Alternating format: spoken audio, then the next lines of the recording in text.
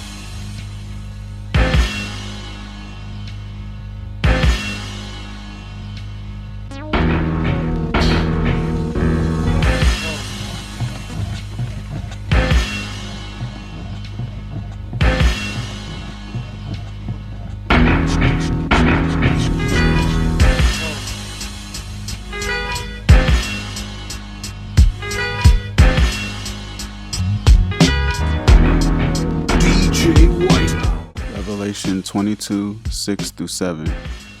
And he said unto me, These words are faithful and true. And the master of the holy prophets sent his angel to show unto his servants the things which must shortly be done. Behold, I come quickly. Blessed is he that keeps the sayings of the prophecy of this book. The purpose of this video is to educate and help warn people about the mark of the beast and identify what two of the marks are according to prophecy, with modern day examples and what's to come. And although there are some controversies or denials of these things, I hope all watching this will receive it with an open mind. Revelations 13:16. And he causes all, both small and great, rich and poor, free and bond, to receive a mark in their right hand or in their foreheads, and that no man might buy or sell, save he that had the mark, or the name of the beast, or the number of his name. Now, in this verse, two marks are described, a mark in the hand, a mark in the forehead, or numbers of his name. Two things come to mind: the RFID chip being the mark in the hand, and the mark of his name, which has to do with the papacy and Sunday worship. The RFID chip is a modern day example where people have literally made purchases with the implant in their hand or arm. I can't believe he just paid with his hand. Like, you just literally put your hand up and you're good to go. Like, that's crazy. Hi, my name's Charlie Warzel. I just pay for things with my phone.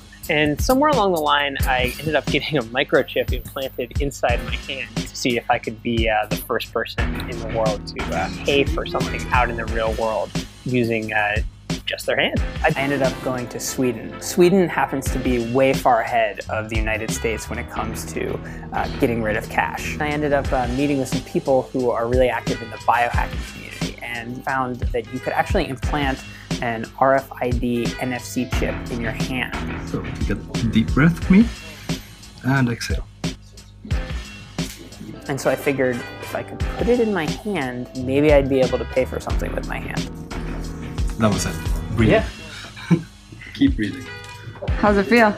It's like pinchy. It definitely hurt like way more than they said it was going to. It looks sort of like a grain of rice or like a pill that's in my hand. So once everything healed, I decided that I needed to start focusing on how to make this chip work. And I really wanted to become the first person to ever pay for a meal at a restaurant with their hand.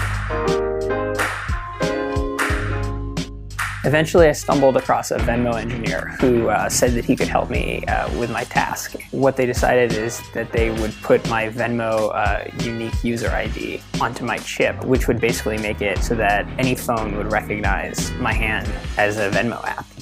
I'm gonna write your secret token for Venmo. You're gonna go up there, they're gonna scan your hand, put how much you owe, That's it. Takes a second. Here we go. So you're good to go. That was so sick, dude. That's amazing. That was sick. Yes! That was insane! We actually accomplished what we set out to do, and I kind of couldn't believe that it was ever going to happen. Like, I thought I got this thing jammed in my hand for nothing. My hand is paying for everything today. If the wallet is here, and your phone is sort of a healthy middle ground, something like the chip felt to me like the furthest possible extreme of, futuristic technology. A new high-tech office building is open to welcome startups and established companies like Google and Microsoft. But there's one key thing about the technology of the building, and that is that people who work here can be chipped to gain entry to the building and various services. I've just been chipped myself. It's not a painless process, but it doesn't last too long, not too difficult. Minor surgical procedure, which basically involves a little chip the size of, I suppose, of a grain of rice being inserted under your skin, and you can then go off and have it programmed and then do various things inside the building. Let's go and have a look. Here's Hannah Schobler, who is in charge of this whole chipping operation in this building. Now, you've been chipped yourself. Where's your chip? Yeah, I have a chip right here, which I use to access the entire office. So let's see if we can get into this particular. This is how I do it. Okay. No need for passcodes. And we're in. So, what else can you use this for? Is it just for getting entry to doors? Because that would seem a fairly simple thing. Absolutely not. I mean, with this technology, I interact with all kinds of devices all around us. It can be normally my smartphone. I unlock my smartphone, my computer, I unlock my bike. All kinds of things that are now part of the greater connected Internet of Things. But inside this building, you'll be able to do what else? What other thing will you be able to do? Oh, I open the front door, I open various office rooms, I open the copy machine so that I can log into it. So you can print just by putting your hand against the printer? Exactly. So it's instead of having some clumsy device in my pocket, I just put my hand on the reader. If we help show people that this is really not that complicated, it's making our lives easier, I think people will actually welcome this tool to make their lives easier. While Sunday worship is a symbolic mark that parallels with one of Yahuwah's marks, which is keeping his Shabbat. Shemut, or Exodus 31:13. Speak also unto the children of Yasharal, saying, Verily, my Shabbats you shall keep, for it is a sign between me and you throughout your generations, that you may know that I am Yahuwah, that does sanctify you. One of Yahuwah's signs or marks is keeping the correct Shabbat. By doing so, we acknowledge his position as our Father and Creator, his mark, and his authority. So now, if the adversary wishes to do the opposite of what our Heavenly Father does, in his arrogance and pride, he ordained his own day of worship through the pagan religions, who later converted to Christianity. To make the transition more convenient for pagans, early Christians decided to allow some of the pagan practices to be accepted in Christianity. But as a result, later the Shabbat was then forgotten for Sunday. Now, because I know some are going to question correct Shabbat, or as many are coming up with new Shabbat days, and they're going to want me to cite a source. This comes from an old book that I found. I mean, the pages are even turning brown around the edges. Really old, basic, I don't know if you want to call it a pamphlet, but this is an old book that I came across when I was actually moving. Now, let's see if I can read this on the screen. Does the papacy acknowledge changing the Shabbat? It does. The Canomus Romus was commanded by the Council of Trent and published by the Vatican Press by order of the Pope Pius V in 1566. The Catechism for Priests says it pleased the Church of God that the religious celebration of the Sabbath day should be transferred to the Lord's Day. I thought this line was interesting because the Shabbat is our Heavenly Father's Day, so why is it saying the Lord's Day as referring to another Lord or another Master? The Catechism of the Council of Trent Advanced Translation 1867, Part 3, Chapter 4, page 345. So let's skip down. So question, which is the Sabbath day? Page 45. Page even just fell out, basically, how old this little book is. Answer, Saturday is the Sabbath day. Question, why do we observe Sunday instead of Saturday? Answer, we observe Sunday instead of Saturday because the Catholic Church transferred the solemnity from Saturday to Sunday.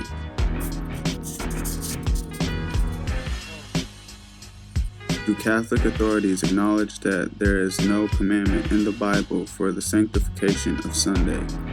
They do. No, you may read the Bible from Genesis to Revelation, and you will not find a single line authorizing the sanctification of Sunday. The scriptures enforce the religious observance of Saturday, a day which we never sanctify. James Cardinal Gibbons, The Faith of the Fathers, 1917, page 72 and 73. Nowhere in the Bible is it stated that worship should be changed from Saturday to Sunday. The fact is that the church was in existence for several centuries before the Bible was given to the world. The church made the Bible. The Bible did not make the church. Now the church instituted by God's authority Sunday as the day of worship. This same church, by the same divine authority, taught the doctrine of purgatory long before the Bible was made. We have therefore the same authority for purgatory as we have for Sunday. The Vatican, or the Roman Catholic Church, in opposition by its own authority, ordained Sunday as the venerated day of worship. The Vatican plays a big role in these prophecies along with Rome, which points to the papacy as being the Antichrist. A few examples are Daniel 7:25, and he shall speak great words against the Most High, and shall wear out the saints of the Most High, and think to change times and laws, and they shall be given into his hand until a time and times and the dividing of times. The Antichrist will think to change laws and times. The papacy changed the Shabbat from Saturday to Sunday by its own authority. He will speak words of blasphemy against the Most High.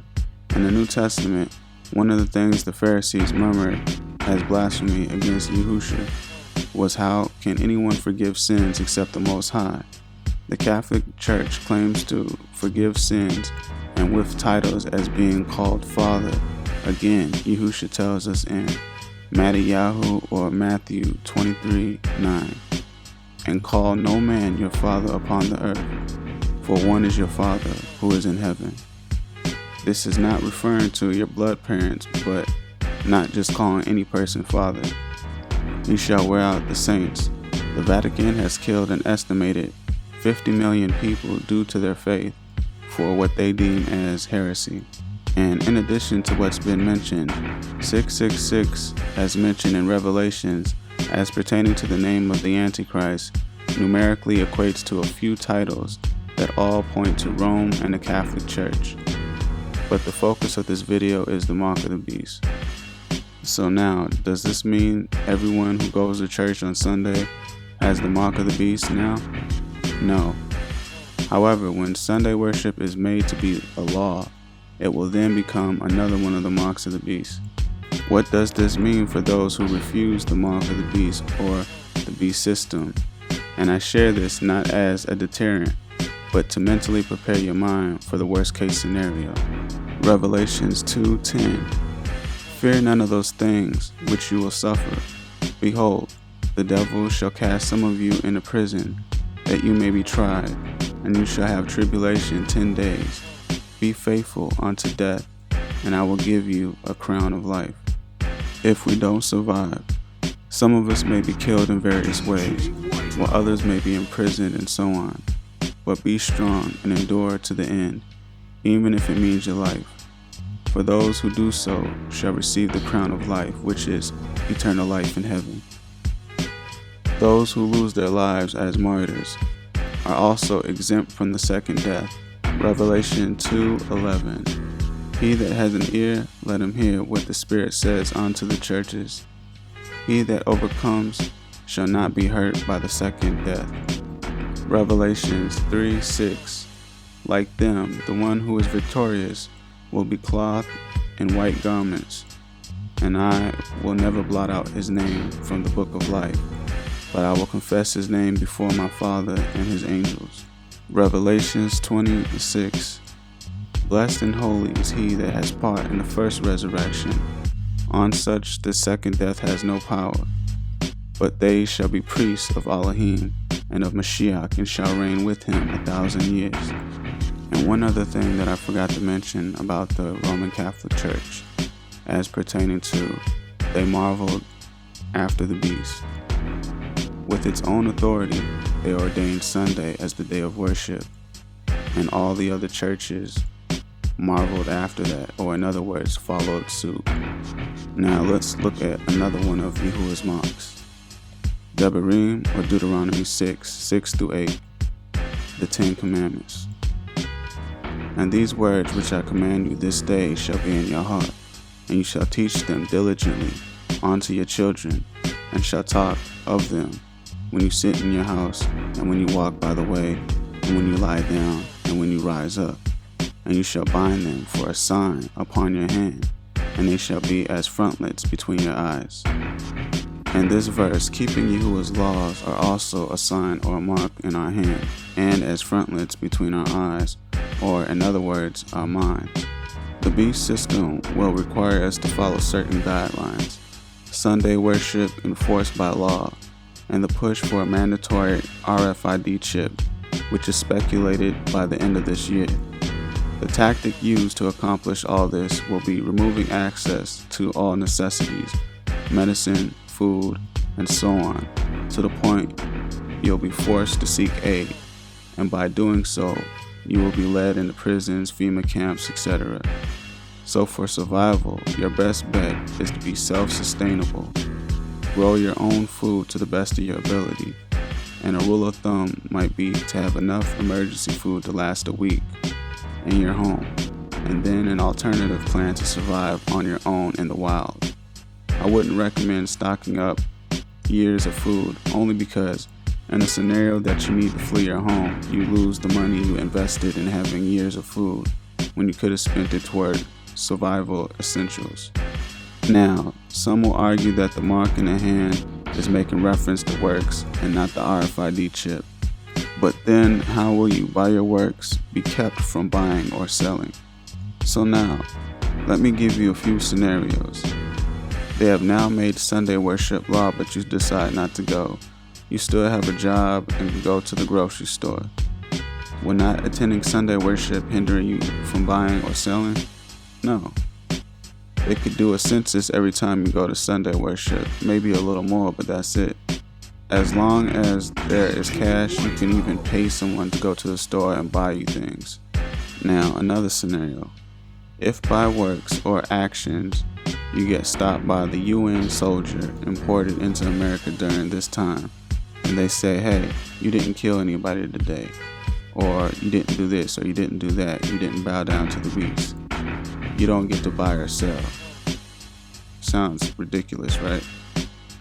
Now, in the scenario of the RFID chip, mind you, this chip has all your information, health history, bank information, etc. The chip is being pushed to be mandatory. The American dollar has now become obsolete. We have now moved towards a cashless society. You refuse to take the chip, and you refuse to attend Sunday law. This chip holds your ability to have a job, which includes account access to your funds. It frees all your assets, which you can only access by having the RFID chip. Businesses and people no longer accept cash, etc. You can't buy, you can't sell, you can't pay rent, you no longer have a job or money for anything. This would be a method where they can completely control you, not to mention track your every move. Now, for the sake of argument, if the RFID chip is not one of the marks of the beast, you would have to provide viable evidence of something else being implanted in the hand or body and show people making purchases with it. The choice will be, do we choose to keep Yahuwah's laws and commandments and his Shabbats, or will some choose the comforts of their lives, and by doing so, taking the mark of the beast? Now, this is going to be a serious discussion, and I don't want to sugarcoat or water down the message. If given or forced the option, it would be better for us to die for our faith than it would be to take the mark of the beast. Some of us have children, families, friends, etc. There are two options. Either we survive or we die for our faith.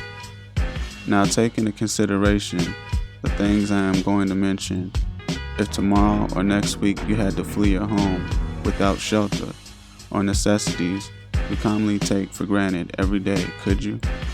If your answer is no, I think it would be in our best interest to prepare for such a day. Start studying or looking into creating a go bag, as I'd like to call it, which should consist of necessities to survive in the wild.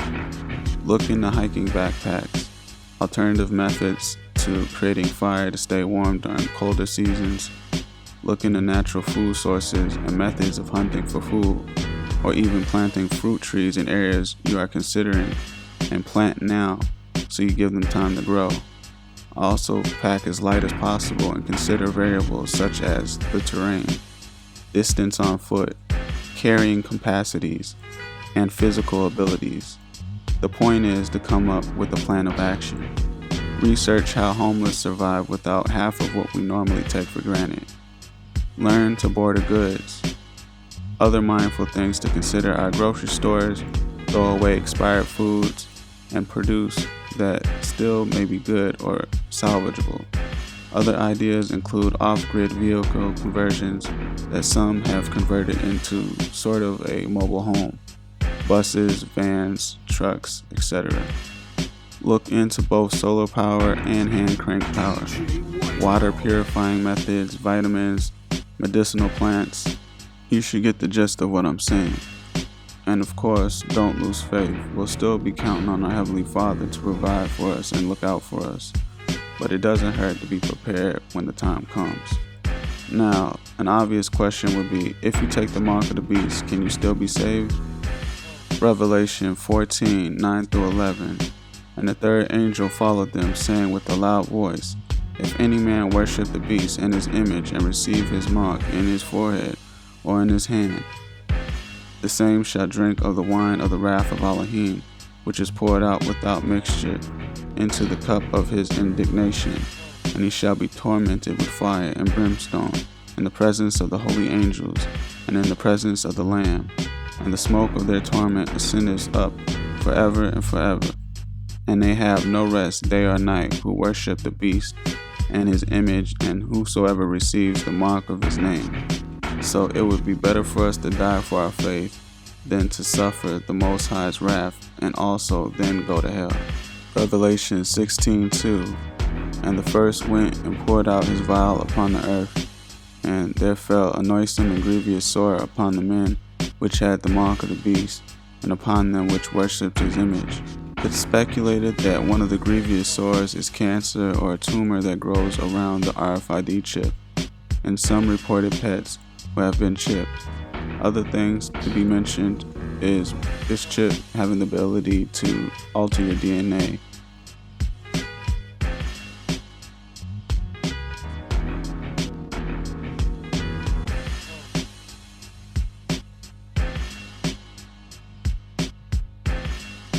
Imagine a soldier that can outrun any animal on the planet, carry hundreds of pounds with ease, see in the dark without night vision goggles, communicate telepathically with his squadron, go weeks without eating or sleeping, regenerate limbs lost on the battlefield, and be completely controlled, mind and body, by military technicians thousands of miles away. Does this sound like science fiction to you? If so, then you're not living in the real world. What's the gun for, John?